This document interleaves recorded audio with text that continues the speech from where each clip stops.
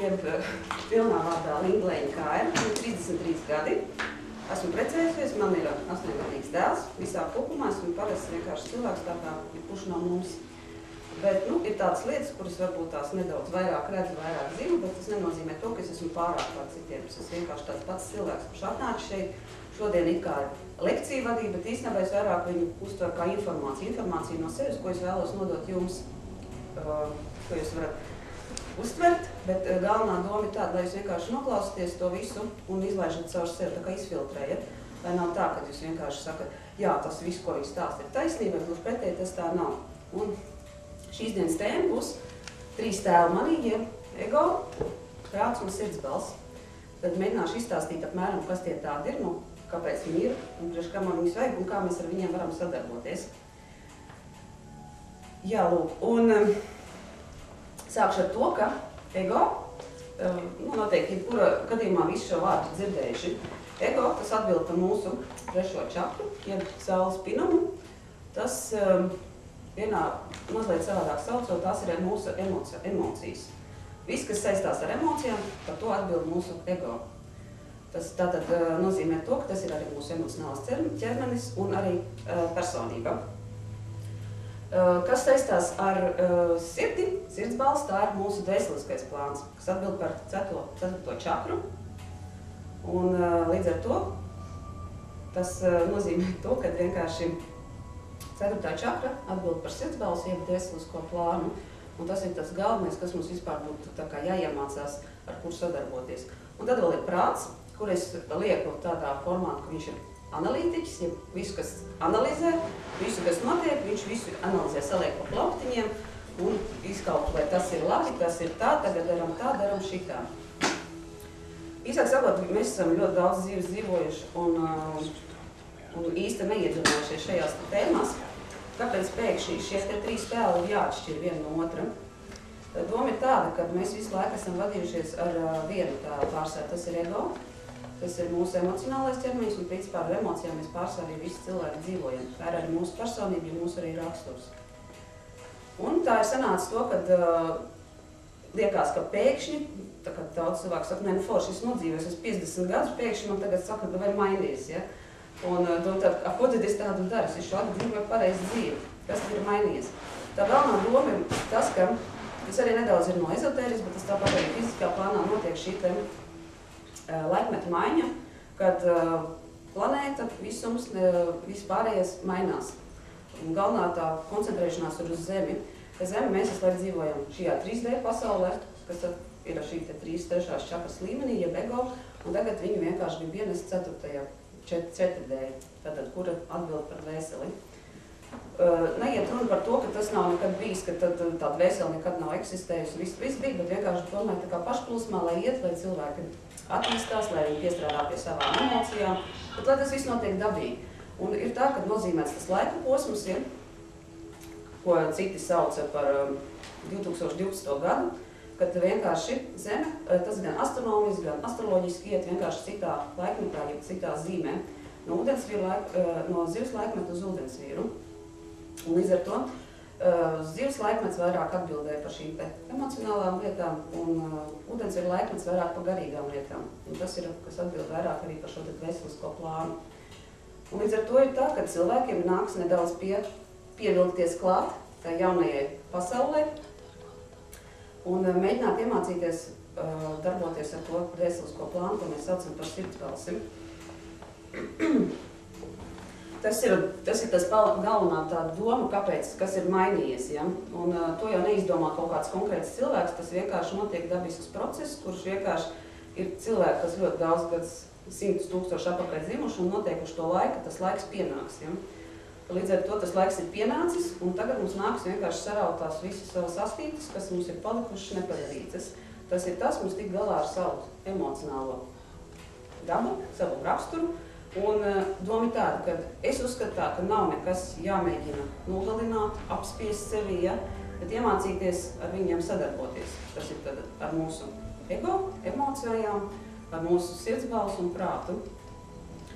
Un līdz ar to ir tā, ka ja mēs mēģināsim viņus salikt pa plauktiņiem, kas kurā brīdī atbild, tad mēs varēsim ļoti daudz ko dzīvē mainīt, jo pārsvarā visas lietas, ko mēs darām caur emocijām, mēs kaut kādā brīdī iesprūstam, un mēs tā kā pa plati staigājam, visu laiku atkārtojas viens un tas pats notikums, jo reāli mēs nemainam savu attieksmi pret to, jo visur strādā emocijas. Tātad, ja mēs mēdzam dusmoties, nezinu, ar vecākiem, ar māsām, brāļiem, draugiem, ja, tad jāpajautā, kāpēc mēs to darām, jo mūsu ego, ja mūsu personība nešķiet, ka viņai vajadzētu piekāpties kaut kādā lietā. Lūk, un kas tad īsti notiek? Tā kā cilvēki šeit dzīvo šajā duālā pasaulē, kur mēs piedzimstam, mēs apzināmies, ka mēs esam cilvēki, mums ir personība, ja, un ir ienācis šis jaunais laikmets ar jaunām vēsmām, ja cilvēks nevēlas neko dzīvē savā mainīt, viņš grib dzīvot tā, kā viņš ir pieredzis dzīvot. Un tad līdz ar to ir tā, ka šis veseliskais plāns, jeb tā sirdsbalss, kas arī ir tā vesels visums, vesela pasaule, kas mēģina mums ienest šo vēsmu arī šī dzīvē. Un mēģina, lai mēs kaut kā nedaudz aizdomājamies par to, ko mēs varam mainīt. Un ja mēs to neuztveram nopietni, vienkārši laižam gar ausīm, kā saka, no sākuma ir attālinātie piemēri, ka nāk tuvāk, ja tur rāda no sākuma, es jau teicu, varbūt putnīši nolaidās, kaut kas nokrit, tās ir zīmes, ka mums kaut ko vajag aizdomāties. Bet mēs cilvēki esam tādi, kamēr mums nenotiek tā pams papieri, mēs vispār nefiksējam. Kamēr neuzkāpam 5 reizes grābekļiem, nekas nenotiek. Arī mani tāpat ir dzīvē bijis, ja, kad man vajadz uzkāpt uz saviem lielajiem grābekļiem, un pārsvarā sāpīgākais ir, kad sit pa veselību. Un tas ir tas jau galvenais signāls to, kad ir jau pa vēlu, kā saka, ja. Bet pa vēlu nekad nav visur reāli mainīt, vienkārši tas, kad ir jautājums, cik ātri mēs to uztveram. Jāsaprot to, ka vienalga vai notiek kaut kāda nelaime, vai neveiksme, vai tā pašā laikā slimība, jebkas, kas ir saistīts ar mīnus zīmīti, tas nozīmē to, ka tas ir kaut kas slikts un kaut kāda ietekme no malas. Jā, mūsu personība, mūsu ego vienmēr uztver to, ka noteikti kāds ir izdarījis mums kaut ko sliktu, vai kāds mums ir ietekmējis, lai mums ar šādi te notika. Bet principā ir tas, ka to nedara nekas cits, kā tikai tas augstākais plāns, kas vienkārši mēģina iedot informāciju cilvēku, bišķiņ pamosties, mums bišķiņ jāpastrādā ir, ja.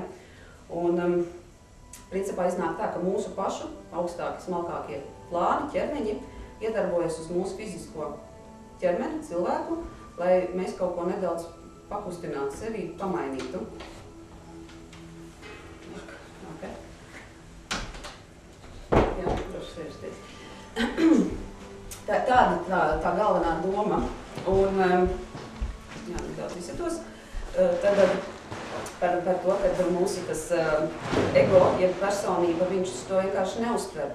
Bet, lai saprastu to, ka ne jau viņam nāk kaut ko darīt sliktu, bet viņam nāk palīdzēt. Vienkārši saprast to, ka mēs kaut ko darām, teiksim tā, nepareizi, ja? Mēs to varam mainīt. Līdz ar to, tāpēc ir šie tie smalkie plāni, kas nāk vienkārši palīdzēt mums iet uz priekšu, bet mēs kā cilvēks, protams, to visu saprotam forši, ja man notika kaut kas slikts, noteikti kāds ne tā padomāja, kāds noteikti, nezinu, tur speciāli nolika mašīnu, es tur paslīdēju, vai ejam pa ielu paslīd kāju, noteikti bija vainīga sētniece, nebija nobērus smilts, tad mums ir 101 iemesls, kāpēc ir noticis šis variants, kas neatiecās nav pie mums, vienmēr ir kaut kāds cilvēks vai lieta, kas ir ietekmējis, līdz ar to, kas ir atsaucies uz mums.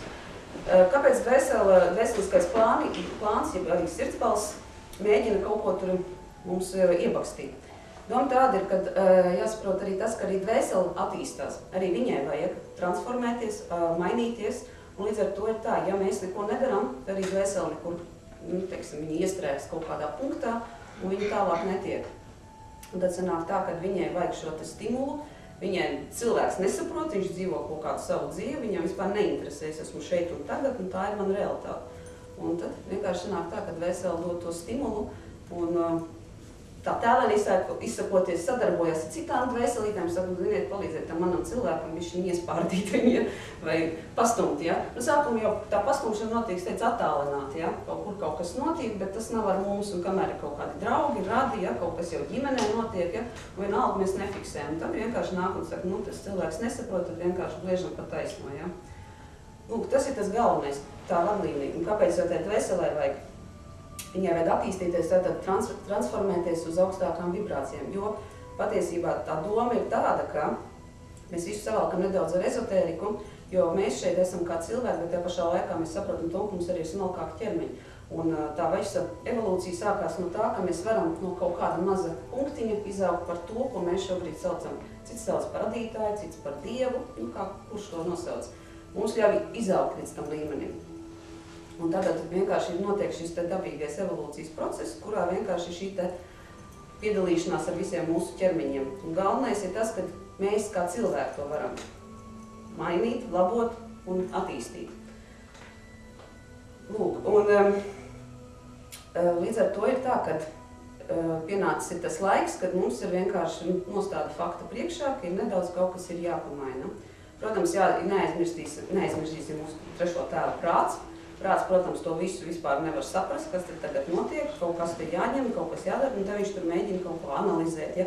Kāpēc notika tā, kāpēc notika šitā. Tad prāts ir vispār, prāts atbild arī par mūsu apziņu. Ja prāts kaut ko negrib pieņemt, viņš vienkārši nevar pastrādāt šo te informāciju.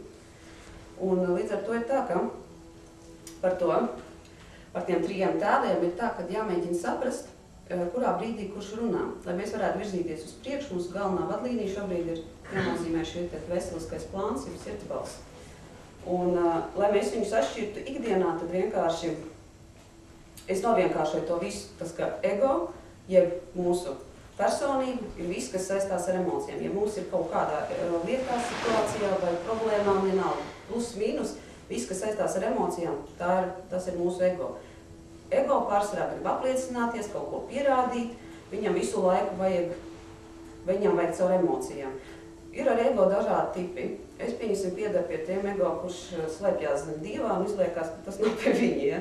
Jo dzīvē tā sanāca, ka es ļoti radikāli sapratu, ka man kaut kāda diena pienāks, ka man būs kaut kas jāstāsta. Es to visu zināju, bet tajā pašā laikā mans ego ir ļoti apspiests sevi, ja viņam nešķiet, ka viņš var kaut ko darīt, stāstīt, rādīt, viņam ar tā, un tad, kad es vakar sēdēju, mans ego bija paslēpies zem dīvāna, apmēram tā, un teica, tā Linda, kas tur ies rītā, tā nebūšu es, ja tā būs kaut kāda cita, ja. Jo mans ego nemāk parādīt sevi, jo viņam šķiet, ja es neesmu perfekta, es neesmu labi tur ģērbusies, ja man tur nav make-ups un vispār viss nav tik ideāli, un tu nemāk vēl runāt pareizi, ja, tad nozīmē, ka tev vispār tur nav ko darīt, tas nav pie tevis, ja. Tas ir ego. Tā ir mana latiņa, ja, kur es mēģinu sasniegt, bet patiesībā, ka priekš kam? Tas ir tikai tāpēc, lai es varētu, kāds pateikt, ka tu redzēji, kas viņai bija mugurā, ja, pasies viņai seja. Ja, tas ir mūsu kaut kādi uzskati, ko mēs domājam, ka tas ir pareizi. Jo mēs vienkārši esam pieraduši, ka kaut kā visu mēs salīdzinām ar kaut ko, kas ir kā mugurā, kas kā, nezinu, kā viņš izskatās, kā viņš sēž un tādā garā un tā joprojām. Un, protams, tas ir tas mūsu ego plāns un arī mans, tas ego saprot to, ka ja es neatbilstu visiem augstākiem kritērijiem, tad man vispār tur nav ko darīt. Protams, ir arī citi kritēriji, arī citi ego, kas nepārtraukti grib izpausties, viņi visur spraudīsies kā korķis, ja, kā mēs sakām, visām pudelēm pa korķi grib būt, ja, viņam vajag, nevajag, viņš visur, es esmu šeit, es visu izdarīšu, ja, un vispār es esmu pats labākais, ja. Tā ir pašapliecināšana. Visā pamatā ir tas, ka ego grib pašapliecināties, tas ir mūsu, un tas emocijas, mūsu personība. Jebkurā gadījumā viņa apliecināties grib, bet viņai ir bail, vai viņa grib apliecināties, lai kāds viņai pasaka, cik tu esi labs, ja? Un visā visumā ir tas, ka ego tipi ir dažādi, bet pamatā ir par to, ka mēs par tām emocijām runājam. Jebkurā dzīves situācijā kaut kad kādreiz padomāsiet pēc šīs informācijas, ja? Kā mēs dzīvē reaģējam uz lietām, ja? Ja mēs reaģējam neitrāli, tas nozīmē to, ka mēs mēģinām bez ego piesaist visur, kur ir emocijas. Tas ir ego, viņam vienmēr ir viedoklis, viņš ir pats galvenais šeit, viņš te grib visu vadīt, visu te organizēt, jo viņš tā ir pieredze, un tā mēs esam dzīvojuši no dzīves dzīvē. Gan šajā dzīvē, gan iepriekšējā dzīvē, un tās veseliskais plāns ir tikai kaut kur, kaut kad, ja? Ja mēs kaut ko daram, ka mēs sakam, es to daru no sirds, un, teiksim, mēs uzdāvinām cilvēkam, nezinu, ziedus, kaut kādu dāvaniņu, ja, aiziet ciemos pie kādu uzdāvinu dāvaniņu, uzreiz gaidam, kad mums pateiks, cik es forši, cik es esmu mīļa, ja. Nevis tikai tāpēc, ka es to vienkārši gribu darīt un par to neko neprasu pretī. Tā kā mēs to darām no sirds, tā kā vēlmu līmenī, un neko neprasam pretī, tātad bez kaut kādām emocionālām piesaistēm, tad ir tā, ko mēs saucam par sirdsbalsi, veselisko plānu, kur sākās kaut kādas piesaistes. Mēs gribam atzinību, jā, vai ļoti noteikti 100% kādam ir bijuši tā aiziet, es viņai aiznesu konfekšu, un tie domājas, viņi pat paldies man nepateica, viņi vajag foršā, vai ne? Nu, apmēram to saprotat, ja, kad ļoti bieži ir tā, ka mēs iztēlojamies to, ka, ja mēs kaut ko darām, tad mums automātiski vajag kaut ko pretī, ja? Vai ar mīlestību tas ir vienkārši ļoti banāli un patiesi, kad cilvēks saka, bet es taču viņu mīlu, kāpēc viņš mani nemīl. Viņš nevar to pateikt, ja? Un cilvēks pieredz, ka viņam visu laiku viņš kaut ko dod, tad viņam 10-kārtīgi vienkārši jādod pretī, mēs pieprasām to, ja? Un tad tās situācijas ir 101 tūkstošiem, katru dienu cilvēkam ir daudz tādas lietas, ja? Kad vienkārši tās visas ir emocijas, ja? Tas jau nav slikti, bet tajā pašā brīdī mēs nevirzamies uz priekšu, un tāpēc ir tās situācijas dzīvē. Ja mēs nesākam mainīt to savu attieksmīti, ja, tad vienkārši sanāk tā, ka mēs pa plati staigājam, un tās situācijas atkārtojas, un reāli nekas nerisinās. Ja. Un tā kā mēs vienkārši darām to, ko mēs darām no sirds, bez kādām emocionālām piesaistēm, tad mēs sākam tā kā uztvert to pareizo domu. Tad tajā pašā laikā pieslēdzās mūsu prāts, kas visu izanalizē, tā, šitā tu darīji tā, tagad tu darīji šitā tā, tad viņš analizē. Ja mēs piesim tajā pašā laikā atkal aiziem pie cilvēku uzdānu konflikšu kastu, ja, tajā mūsu ego gaida atbildi, paldies, vismaz būtu pateikusi, apķēru uz kaklu, nezinu, tur kaut kādas emocijas izrādījuši, nedomājies, viņi neko nepateica, viņš vai viņi neko nepateica, pilnīgā nulle, ja. Vispār, nu tāds mērkaķis, ja, vai mērkaķi, ja. Tas ir ego, bet ja mēs vienkārši ejam tikai tāpēc, lai mēs viņu iepriecinātu to cilvēku, mēs iepriecinātu, lūdzu tev par to, vienalga tā ir konflikts, kas pilnīgi jebkas, kas tas var būt, ja? Kaut kāda taustām lieta vai netaustām lieta. Tā kā mēs to vienkārši dāvinām un sakam, un tu dod cilvēks, kā lai es tev atdaru? Nevajag, es to vienkārši daru no sirds, es izdarīju tāpēc, ka es tā vēlējos, ja? Tad ir tā patiesā būtība, kas mums runā. Un līdz ko mēs sākam gaidīt kaut ko atpakaļ, nu tad ir skaidrs, kurš. Viņš jau tur klusiņām to visu dara, ja? It kā es jau neko, bet es tikai gaidu, ja? Un principā es ego apzīmēju, pieņemsim, priekš sevis, tas ir kaut kāds, manā skatījumā, mazā Linda, ja, kura visu laiku viņai kaut kas nepatīk, viņa kaut ko visu laiku. Tātad es viņu uztveru tā, lai es ar viņu varētu sadraudzēties, viņu uztveru kā mazu bērnu, tāpat kā mazs bērns. Ja viņš sadara blēņas, tad ir mūsu reakcija tāda. Vai nu mēs viņu saparam, ieliekam stūrī, mēģinam kaut ko paskaidrot, tad mēs mainām to savu taktiku. Tāpat ir tāda vēsela mums iedot kaut kādu dzīves situāciju, kā mēs reaģējam. Ja? Un ja mēs darām nepareizi, ja? No sākuma viņš tur pamaigam. Nu, varbūt savādāk, ja? Nu, kā mēs reaģējam. Ir daļa cilvēku, kas uzreiz saprot, ja? Bet, nu, realitātē tādu cilvēku ir maz, ja? Nu, jau tāpēc, ka tas ir slikti, vienkārši cilvēki to nav iemācījušies atšķirt, ja? Un tagad sadara kaut kādas situācijas iedod, kur ir lielāka blēņa, ja? Nu, tad mūs iedod pa pakaļ, kā es saku, ja? Tad mūs iesit par kaut kādu, nezinu, par tuvām lietām, par veselību vai par kaut kādām lietām, kas mums notiek ar mīnus zīmīti. Un tad ir tā, ka mums ir jāsaprot to, ka tas ego, viņš, protams, uzreiz apvainojas, forši, kas par ko, kāpēc, kādā sakarā, ja? Un tad tajā brīdī, kad notiek šīs lietas, tad mums jāsaka stop, tā, kas tas tāds bija, no kurienes un ko tā situācija mums vēsta, ja? Un tad mēs mēģinām to atšķitināt.